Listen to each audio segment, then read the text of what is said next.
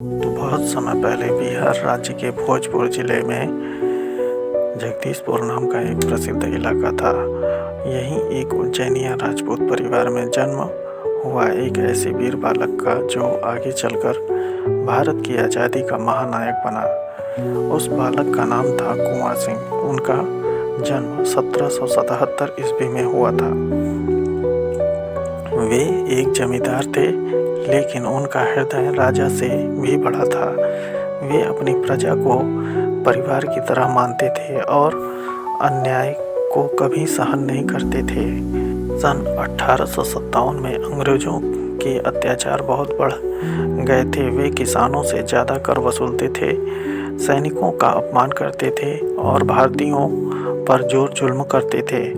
देश के कई हिस्सों में विद्रोह की आग फैल चुकी थी। तब कुंवर सिंह की उम्र लगभग 80 वर्ष थी। लोग सोचते थे इतनी उम्र में कोई युद्ध कैसे करेगा, लेकिन कुंवर सिंह ने साबित कर दिया कि देशभक्ति उम्र नहीं देखती। उन्होंने कहा, जब मातृभूमि संकट में हो तब आराम करना कायरता है। कुंवर सिंह ने दानापुर रेजिमेंट के भारतीय सैनिकों और स्थानीय युवाओं को साथ लेकर अंग्रेजों के खिलाफ संघर्ष शुरू किया। उन्होंने आरा पर कब्जा किया और अंग्रेजी शासन को खुली चुनौती दी।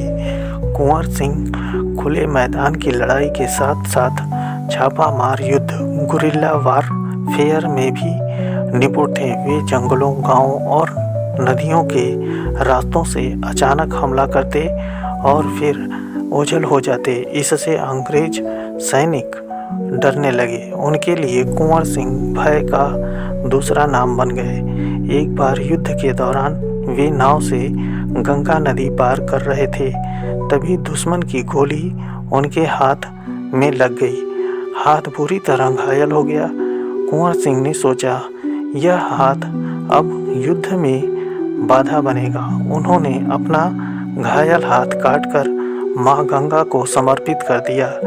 यह देखकर सैनिकों की आंखें भर आईं और उनका साहस कई गुना बढ़ गया।